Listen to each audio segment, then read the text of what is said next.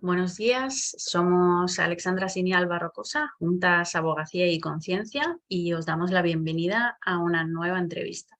Hoy tenemos con nosotras a Mar Madrid Caballero, mediadora y facilitadora de procesos de justicia restaurativa, además de formadora certificada en comunicación no violenta y consultora en comunicación y gestión de conflictos.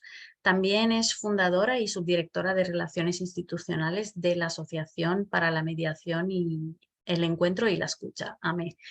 No sé si lo he dicho muy bien, pero bueno, ahora Mar nos contará. Bienvenida.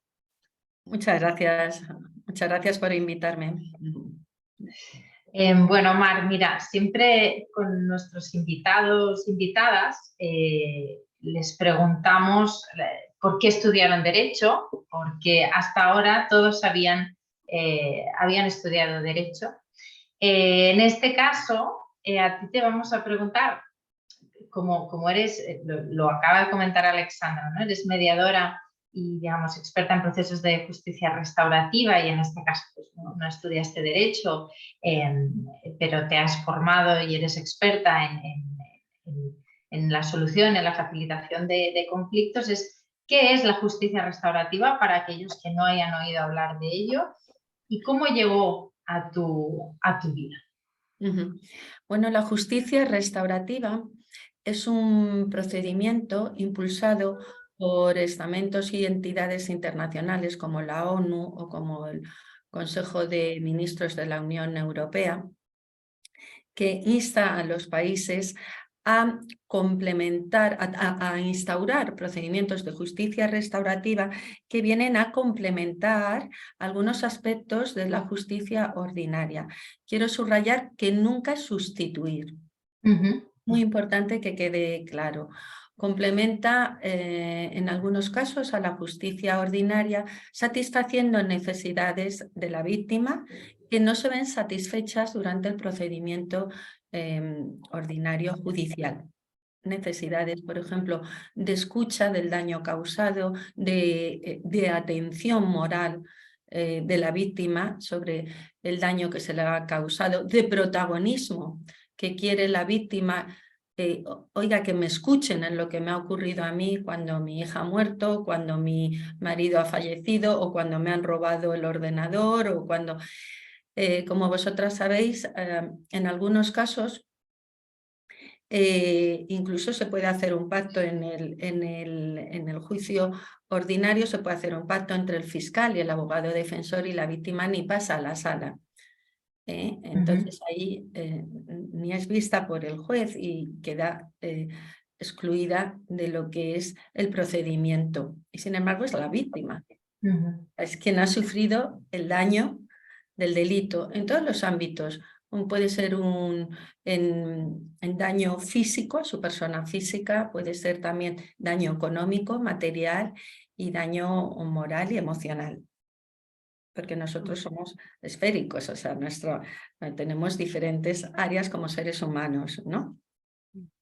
Esto, entonces, si vuelvo a la pregunta, que es la justicia restaurativa, es un procedimiento que viene a satisfacer necesidades primero de la víctima, que en algunos casos no son satisfechas con el procedimiento judicial ordinario. También viene a satisfacer necesidades del autor que puede que tampoco sean satisfechas con el procedimiento ordinario, como es hablar de las circunstancias que le llevaron a cometer el delito, como es, por ejemplo, expresar su arrepentimiento y expresar su voluntad de reparación en la medida de lo posible. Reparación a la víctima y reparación a la sociedad. Y también la justicia restaurativa implica a la sociedad. ¿Qué puede hacer la sociedad? ¿Y qué parte, si hubiese de corresponsabilidad, tiene la sociedad en los delitos? Porque los delitos se dan en la comunidad. Entonces, aunque se manifiesten dos personas, todo conflicto puede tener una parte, por omisión o por otro tipo de acciones, de corresponsabilidad, y otra parte de la sociedad. En definitiva, la justicia restaurativa supone una evolución hacia una mayor atención personalizada, de índole quizás más humano, de características más humanas, que complementa al procedimiento judicial ordinario y que aparece en los últimos años, desde los años 70, y que se puede aplicar solamente en las víctimas, en todas aquellas que lo deseen. Es voluntario, la participación en un proceso restaurativo es voluntario. Respecto a los autores, no es para todos los autores. Tienen que tener asunción plena de la responsabilidad, tienen que asumir la responsabilidad del delito cometido. Y creo que a grandes rasgos podríamos decir que esto es la justicia restaurativa. ¿Y cómo descubriste la justicia restaurativa? ¿Tú eras ya mediadora? No, me gusta mucho contar cómo la descubrí. Yo de formación universitaria soy fisioterapeuta y he ejercido durante muchos años la carrera mi profesión en hospitales de la salud pública y en mi clínica privada, y yo veía mucha relación directa entre la patología, la enfermedad y el sufrimiento emocional. O bien lo asociaba directamente, o bien si la persona tenía una patología, pues imaginaos, por un accidente de tráfico, la persona, si había sufrimiento emocional asociado, tardaba más en recuperarse o su recuperación era mucho más lenta y dificultosa. Eso me llevó a formarme en diferentes materias que tuvieran que ver con desarrollar en mí recursos para poder atender a mis pacientes, a mis clientes, con más herramientas de atención, de acompañamiento personal. Y así, y motivada por eso y motivada por otro asunto, que si es interesante hablo de ello, aparecí en una formación de comunicación no violenta en el año 2009 y allí coincido con una mujer inspiradora de la Asociación para la Mediación, el Encuentro y la Escucha, AME. Ella se llama Pilar González Rivero, y ella en ese momento también está en esta formación de comunicación no violenta, y ella era magistrada suplente de la Audiencia Provincial de Madrid de la Sala Quinta y Sexta de lo Penal, y también había sido juez de vigilancia penitenciaria.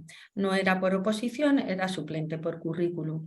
Y creo que tenía una baja maternal en ese momento y coincidió conmigo en esta formación.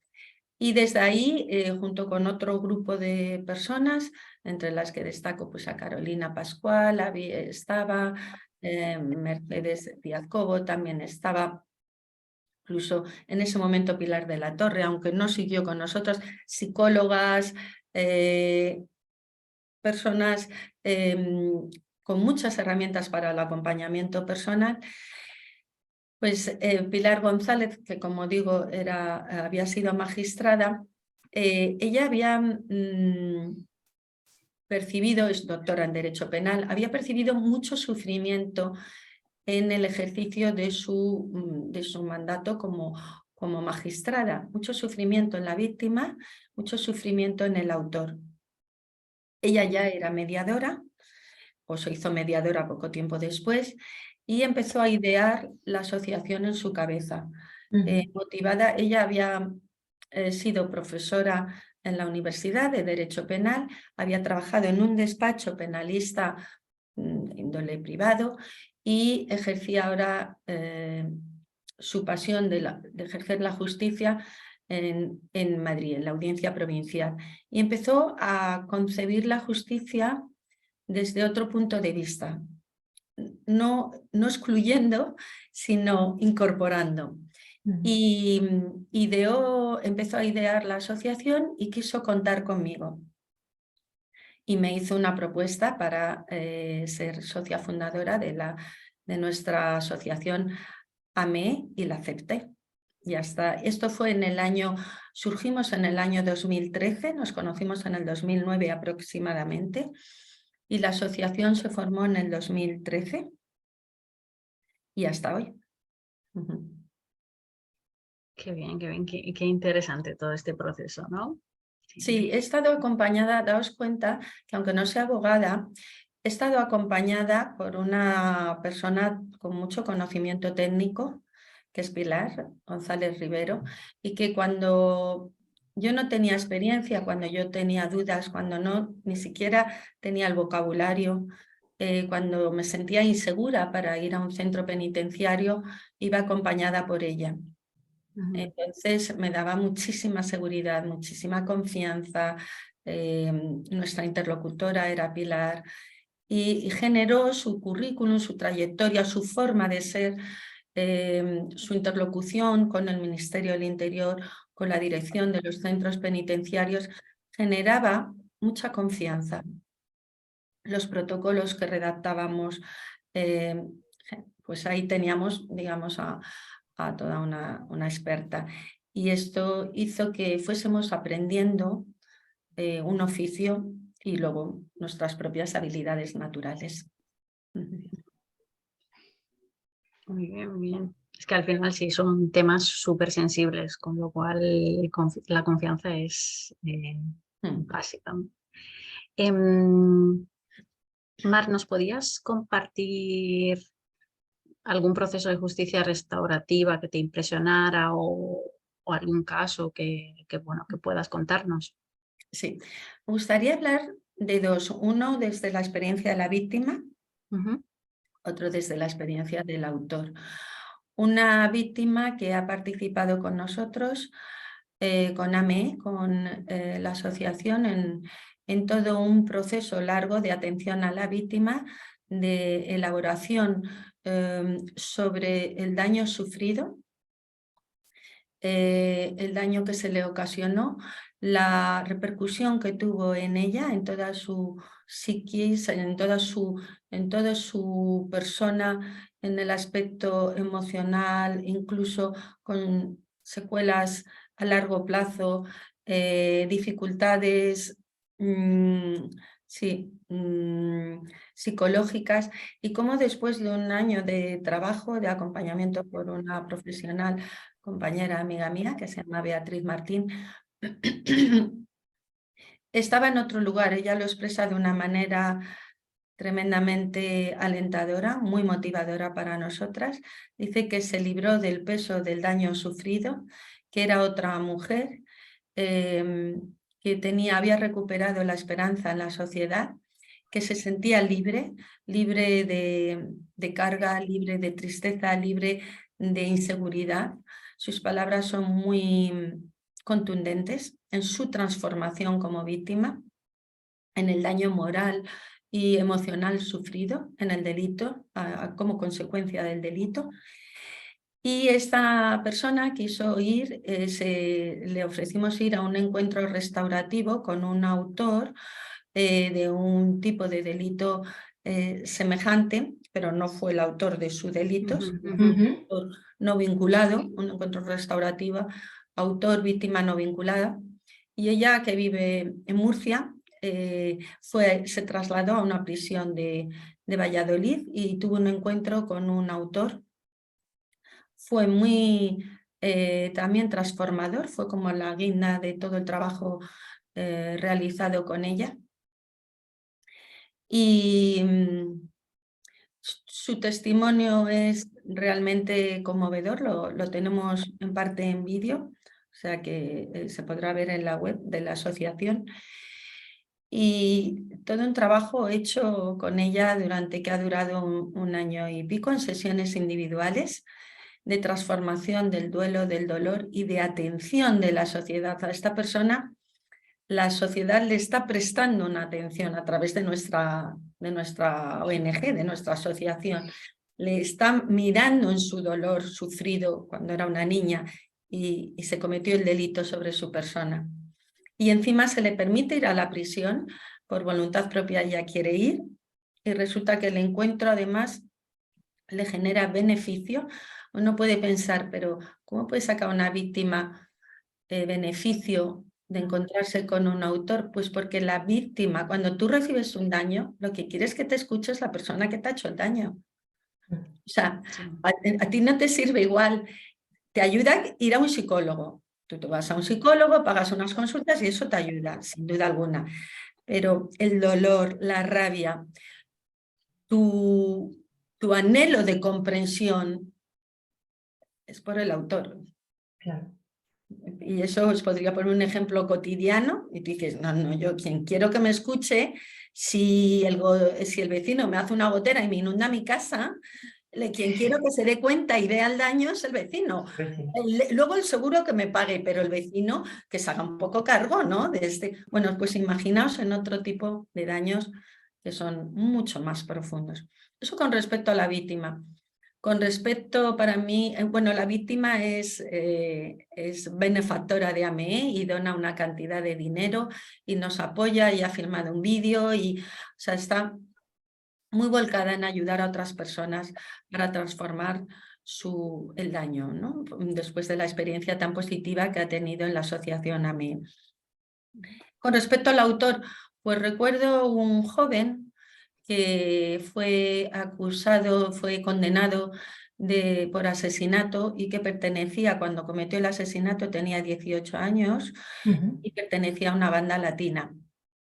Él había llegado a España de un país de Iberoamérica, su madre era asistenta y había conseguido traerle a España.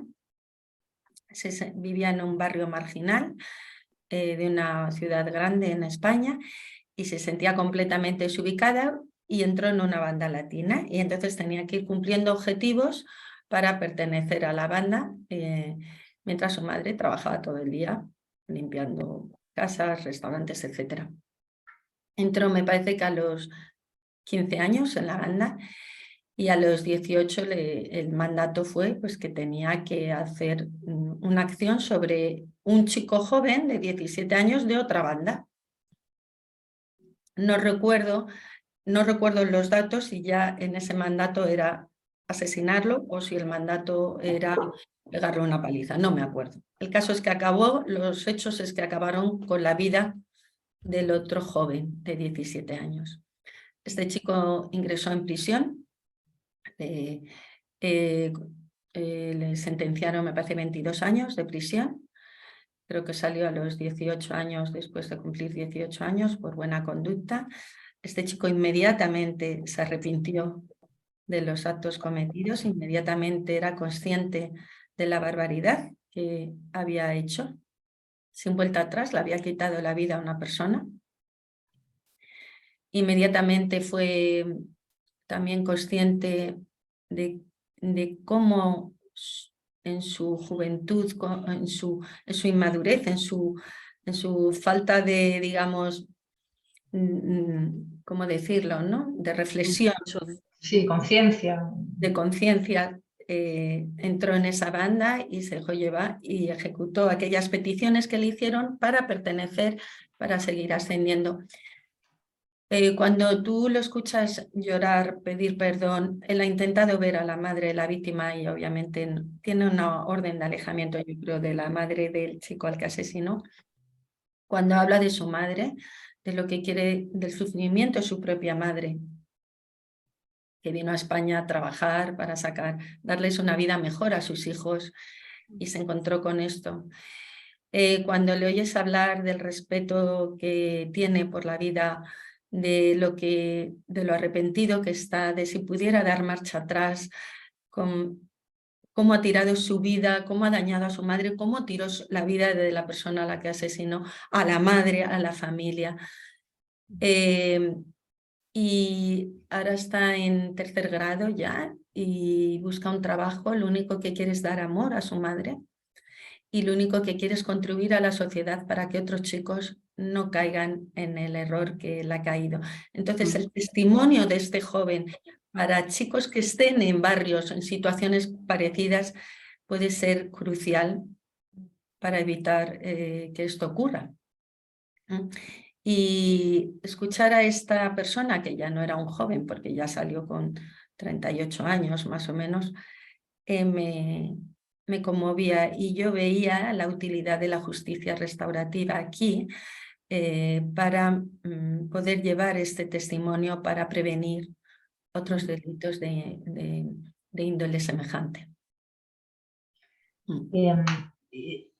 Claro, ahora Mar, cuando contabas eso, me acordaba de la película de Machiavelli, que ha sido tan galardonada, creo que fue en los últimos Goya. Este sería un ejemplo de justicia restaurativa,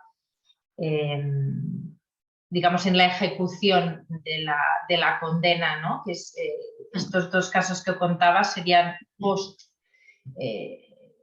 condena, pero también se puede aplicar esta justicia restaurativa antes de, digamos, antes de que haya una condena penal. Bueno, existe la mediación intrajudicial y es el juez el que la propone y cree que puede ayudar. El ámbito puede contribuir. Pero ojo cuando hay un delito, porque no pueda ser malinterpretada la justicia restaurativa como que el arrepentimiento, que sin duda es un atenuante, ¿no? Pues hay un arrepentimiento y hay un atenuante, pero no puede haber una tentación de la persona en pedir perdón sin sentirlo realmente. Claro. Entonces, en mi asociación, siendo que esto no sé cómo trabajan otras asociaciones, siempre está bajo la mirada y la orden y el conocimiento del juez. En mi asociación, en la Asociación para la Mediación, el Encuentro y la Escucha, trabajamos siempre en ejecución de la pena, de la condena, y no implica beneficios penitenciarios, y eso lo avisamos desde el primer momento. De hecho, si nosotras, las facilitadoras o los facilitadores, sospechamos o olemos que la persona busca algo para participar, algún beneficio de algún tipo, a la hora de participar en un procedimiento restaurativo, lo sacamos fuera del proceso, lo eliminamos. No puede haber, imaginaos, ¿no? Claro. La víctima puede ser. Si volvemos a la película de Machiavelli, que me preguntas por ella, a mí me gustó muchísimo desde el punto de vista cinematográfico, la música, todos los decorados, la escenografía, la interpretación de los personajes, y me gusta mucho el guión y me gusta mucho cómo se ha abordado la justicia restaurativa, porque sí, creo que es bastante fiel a un proceso de justicia restaurativa. Te encuentras a unas personas que han cometido delitos de terrorismo y que 20 años después ya no piensan igual, están arrepentidos, han tenido mucho espacio, mucho tiempo y mucho acompañamiento en la prisión por psicólogos, educadores sociales, hay todo un equipo de tratamiento en la prisión que está acompañando a estas personas, y estas personas no piensan ni sienten igual cuando tienen 18 o 19 años que cuando tienen 50. Y la víctima tiene derecho, y lo expresa en la película. Machiavelli, hay un momento en el que le dice la mediadora: ya has hecho un encuentro dentro de prisión, luego tienen que hacerlos fuera por un motivo que no viene al caso ahora, que la película no me acuerdo si salió o no, y le dice la mediadora, que se llama en la película Esther, y en la realidad también se llama Esther, la mediadora que llevó este caso, este proceso, le dice: a ver, Machiavelli, ya te has reunido una vez con el autor, no es necesario que te reúnas más. Y dice ella: no lo hago por él, lo hago por mí misma. Entonces, ¿qué le aporta a la víctima? Todas las preguntas que le puede hacer, toda la expresión del dolor, hablarle de la persona que fue asesinada, cómo era él, cómo era en este caso Juan Mari, qué principios tenía, por qué se esforzaba en trabajar, qué defendía, qué quería para el País Vasco, para su pueblo, para su gente, para su familia. Y en el procedimiento ordinario, la víctima no tiene oportunidad. Si no eres testigo, no tienes oportunidad de hablar. Y bueno, los autores estaban también en otro lugar mental, emocional, en el momento del juicio, ¿no? Entonces, me gusta mucho la película, la recomendaría para que las personas puedan ver y entender qué es la justicia restaurativa. Es bonito ver cómo cuando se juntan, les hace bien a las dos partes, ¿no? O sea, hablar y al final entenderse sí, es muy, muy bonita. Mar, ¿quiénes, digamos, de lo que has contado, quiénes acuden a ti? Bueno, a la asociación acuden víctimas que quieren evolucionar en su duelo, víctimas de todo tipo, desde accidentes de tráfico, es decir, delitos en el ámbito de la seguridad vial, víctimas de delitos de odio, víctimas de delitos sexuales, con agresiones sexuales o abusos sexuales. Todo tipo de víctimas, buscando apoyo, buscando acompañamiento, buscando ayuda, buscando mirada de la sociedad hacia las víctimas. Y luego instituciones penitenciarias. O sea, nosotros trabajamos bajo un convenio de colaboración con el Ministerio del Interior, con la Secretaría General de Instituciones Penitenciarias, con quien estamos en reuniones continuas y que nos mandan a los centros penitenciarios de diferentes ciudades españolas o regiones. No abordamos más regiones por falta de presupuesto, porque no nos dan más medios económicos. Entonces estamos en Burgos, en Valladolid, en Palencia, en Madrid, en Toledo. Hemos trabajado también en Valencia online, en Cáceres online durante el confinamiento. No se hace nada ahora online, todo es presencial. Y también acuden a la asociación empresas que quieren mediación, que quieren formaciones en gestión de conflictos, personas que quieren mediación y estudiantes que acuden muchos estudiantes que estudian criminología, derecho, psicología, psicología más criminología y que quieren hacer prácticas en nuestra entidad. Eso a la asociación. Luego a mí particularmente, pues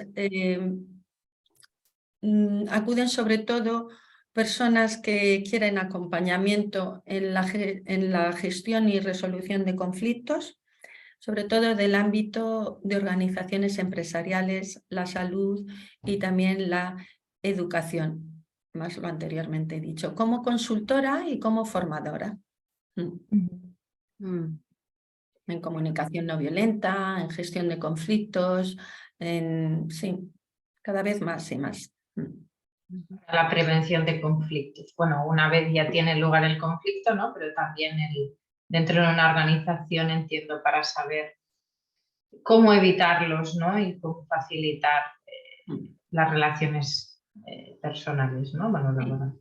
En las empresas y en cualquier organización que sea un grupo de personas, pues vamos a pensar, un hospital público no es una empresa como tal, pero es una organización que tiene una estructura. O, por ejemplo, un instituto de enseñanza, ¿no? Fijaos que surgen los conflictos y incluso en las empresas hay departamentos, algunas de compliance. Entonces, que utilizan palabras como denunciar, vigilar, investigar, como estamos utilizando el argot del ámbito penal, ¿no? Y entonces se puede hacer mucha prevención y evitar mucho sufrimiento, porque se dota a las personas de recursos para poder expresarse cuando se tienen incomodidades, tanto de índole, digamos, con respecto al trabajo que realizas, como cuando estás incómoda, muy insatisfecha con el trato que estás dando o recibiendo de otra persona. Entonces, cómo expresarte con asertividad, cómo poner límites, cómo poder hablar de ello desde un primer momento, antes de que ese conflicto se haga mayor y estalle ya en una cuestión ya de insultos, que ya llega a otro nivel, ¿no? De más daño, de más dolor y que tiene que llegar a instancias superiores como es compliance, por ejemplo. Entonces, yo creo que es muy importante dotar a las personas y a los responsables que dirigen equipos de herramientas y recursos para poder evitar cuando se huele, cuando se olfatea, cuando sospecha que esto vaya a más, que la bola de nieve crezca. Súper importante. Sí. Ya más o menos nos has explicado, pero para concretar, Mar, la asociación, por tanto, y bueno, y tú en tu actividad, pues desempeñáis tanto esas funciones de acompañamiento en la ejecución de una sentencia como lo que comentábamos ahora, la parte preventiva, ¿no? Y cómo podemos ayudar en casos en los que pues, todavía el conflicto no ha escalado o no ha habido, digamos, delito. Y dentro de esta línea, ¿qué clase de formaciones concretas o qué clase de medidas ofrecéis desde la asociación? ¿Habéis entendido bien la pregunta? ¿Medidas para las personas que pertenecen, o sea, a la asociación O también para el público para el público? o para la sociedad, sí. Bueno, la mayor parte de los integrantes de la asociación estamos formados de manera exhaustiva en la metodología Marshall-Rosenberg, la comunicación no violenta, y te da un paradigma sobre cómo actuamos, qué motivaciones tenemos las personas para actuar, y también te da un conocimiento sobre cómo el lenguaje puede generar distanciamiento, el lenguaje que utilizas, o puede generar conexión y unión incluso en situaciones de conflicto. Entonces, cuando queremos prevenir la escalada del conflicto, lo que hacemos es transmitir este conocimiento, entrenar en las personas unas habilidades de comunicación, una forma de mirar los conflictos diarios, cotidianos que tienen, las diferencias, crisis, cambios, que ayude a que no se acabe en una violencia, digamos, ya verbal o incluso física, de manera ya muy, digamos, que la marcha atrás sea difícil. Entonces, sí, compartimos nuestro conocimiento y acompañamos a las personas a que adquieran más y más recursos y habilidades de comunicación, de proceso de nuestras dificultades, de autoconocimiento, de responsabilización de nuestros actos y de lo que decimos, de lo que hacemos y de lo que decimos, y de autonomía, es decir, ¿a qué llamo autonomía? De que te hagas tu cargo de buscar todo aquello que necesitas para sentirte pleno o plena. Y sí, esto es muy importante. Y hay una parte que no me habéis preguntado, pero que sí me gustaría dar claridad, si os parece a vosotras, Alba y Alexandra. Y Claro. creo que es muy importante para hablar de justicia restaurativa, ya que hemos hablado de responsabilización, de autoconocerte. En el proceso que hacemos con el autor del delito, consta de 3 fases.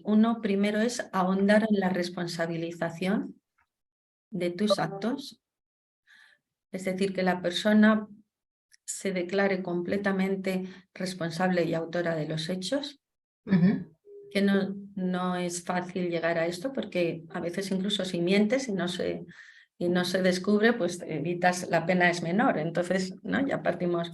Entonces es la responsabilización plena.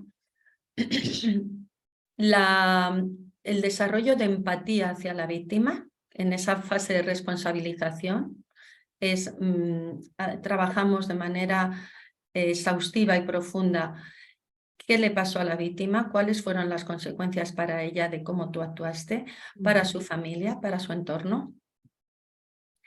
Y luego también en esa fase trabajamos, en esa fase y en la siguiente. La siguiente fase primero es responsabilización y la segunda es reparación. Reparación a la víctima y reparación a la sociedad. La tercera fase sería reinserción. Nosotras ahondamos mucho en responsabilización y en reparación. Y en esas dos fases de responsabilización y reparación trabajamos mucho que el autor o la autora de un delito contacte con sus cualidades que sigue conservando, aunque el delito que cometiera fuera de consecuencias terribles. Con las ganas que tiene de contribuir a la vida, con las ganas que tiene de dar, de aportar, aunque esté en prisión se puede aportar, con todas sus cualidades humanas que sigue teniendo y que el delito ha empañado completamente. Y entonces yo soy más que el delito. Claro, esto no todos los autores o autoras pueden estar en este lugar, ¿no? Y aquellos que sí están en este lugar es sacar las perlas que hay para que vuelvan a contribuir a la sociedad, sea su entorno social el que sea, el de prisión, el de la familia cuando sale de permiso, pues en la sociedad cuando ya está trabajando. Y esto me encanta contarlo, porque imaginaos la repercusión que tiene. Imaginaos una persona, pues por ejemplo en el ámbito gitano. Recuerdo una persona que ha dado testimonio, autora, una mujer gitana, que apuñaló a otra persona y ella le dice, ¿cuál es la persona, nombrándola por su nombre, qué persona aportaba más a la sociedad? ¿La persona de antes o la persona de ahora? Y dice, sin duda la persona de ahora. ¿Por qué? Porque tiene muy presente todas sus cualidades, porque tiene muy presente todo su poder, que puede solucionar sus diferencias, sus conflictos sin utilizar la violencia, porque tiene presente todas todo lo aprendido, reaprendido y sacado a la superficie de su persona, que no tenía antes de hacer el proceso. No sé si... Sí, el darse cuenta de todo lo aprendido a raíz de todo eso. lo aprendido. Y qué importante es esto que nos cuentas, Mar, porque claro, en un sistema que en teoría está enfocado a la reinserción y que también, bueno, debería, digamos, intentar asegurar que no exista una reincidencia, ¿no?, de los autores, precisamente, claro, si esto no se generaliza, este sistema, digamos, hay realmente pocas posibilidades de que un autor por su cuenta y sin todo este trabajo pueda llegar, ¿no?, a esas conclusiones. Hay un técnico del Estado que se llama Javier Nistal, que no sé dónde está ahora situado, pero tiene artículos publicados. Era uno de los directivos más altos de instituciones penitenciarias, que escribió una frase parecida, entrecomillada, lo voy a decir lo más literalmente que me acuerde, que dice: la reinserción pasa por ver a la víctima. La reinserción de una persona pasa por darse cuenta, dice, la reinserción pasa por tener conciencia plena del daño causado, y para tener conciencia plena del daño causado tienes que ver a la víctima, tienes que encontrarte con ella. Más o menos viene a decir esto, y no es literal, de Javier Nistal.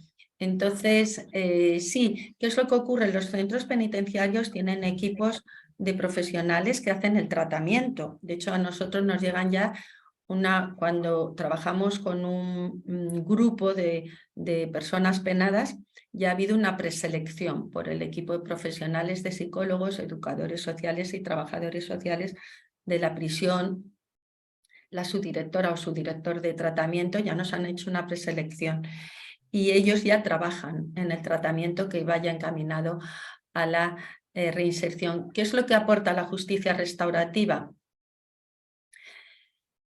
Que se ahonda en la responsabilización y que hay un encuentro con la víctima. Vinculada o no vinculada, pero vas a tener una conversación, vas a encontrarte con la persona que ha sufrido las consecuencias de tu delito.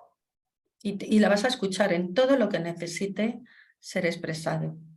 Y eso ahora mismo lo llevan a cabo las entidades que hacen justicia restaurativa, no lo llevan a cabo los psicólogos, digamos, funcionarios, ¿no? Sí, Qué bonito, qué interesante. Y qué bonito debe ser ver el proceso, ¿no? Como estar en tu lugar, Mar, y ver el proceso de autores, supongo más que víctimas, pero bueno, también víctimas. Ya para terminar, Mar, queríamos dejarte el espacio para que contaras que hay una formación de justicia restaurativa que da la asociación, ¿verdad? Que empieza ahora en febrero. Sí. Nosotros vamos a poner el link igualmente aquí abajo, bueno, aquí estará abajo del vídeo, para aquellos que les interese, y muy brevemente, si nos quieres contar qué es lo que ofrecéis. Pues gracias por darme esta oportunidad, Alba. Todos los años hacemos una edición de una formación emitida por nosotros, por la Asociación sobre Justicia Restaurativa, que se llama Transformación del Ser Humano. Nuestro eslogan es transformar vidas o restaurar vidas. Y la formación va a ser online presencial con 2 módulos. Un primer módulo en el que vamos a trabajar nuestra visión del ser humano, la base de la comunicación no violenta, y un trabajo práctico con la metodología que utilizamos en los centros penitenciarios o con los autores. Con nuestra metodología también ofrecemos un guión por si luego la persona se quiere llevar esa metodología, pues, a los centros en los que trabaja, porque esto, aunque estamos hablando del ámbito penal, esto se puede aplicar también en el ámbito de la educación, es decir, no hay un delito penal, pero una persona sufre un daño causado por otro niño, otro joven, hay más personas implicadas, hay un daño al niño, el miedo, etc. También serviría para el ámbito de la educación y para el ámbito también empresarial en relación a compliance, ¿no? Las denuncias que se hacen en compliance.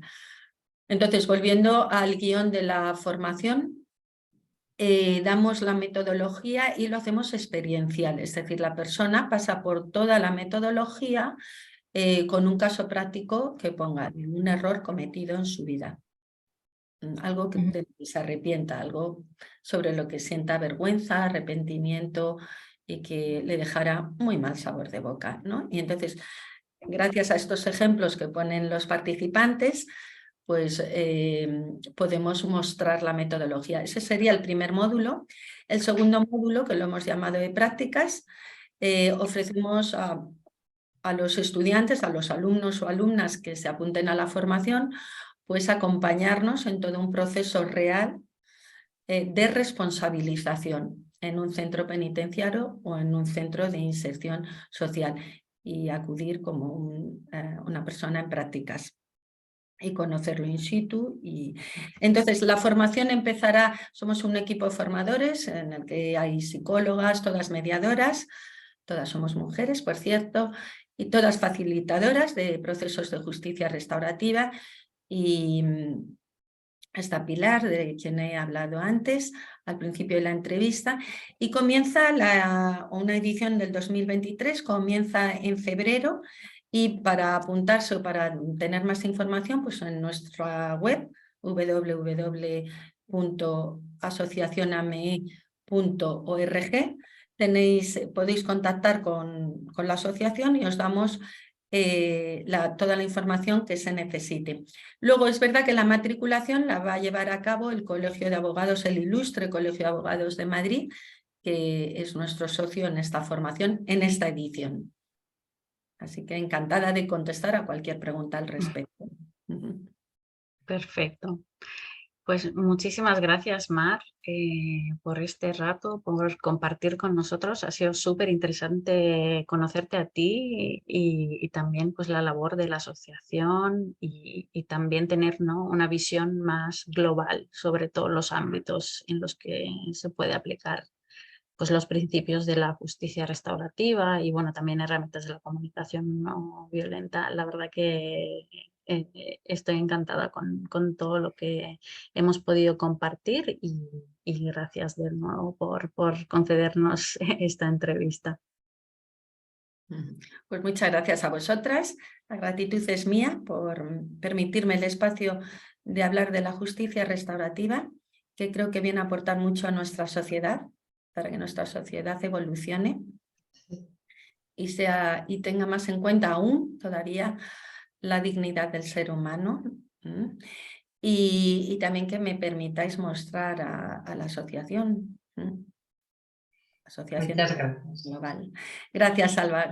Gracias, Alba. Gracias. Adiós, Mar. Gracias. Que vaya bien. Adiós.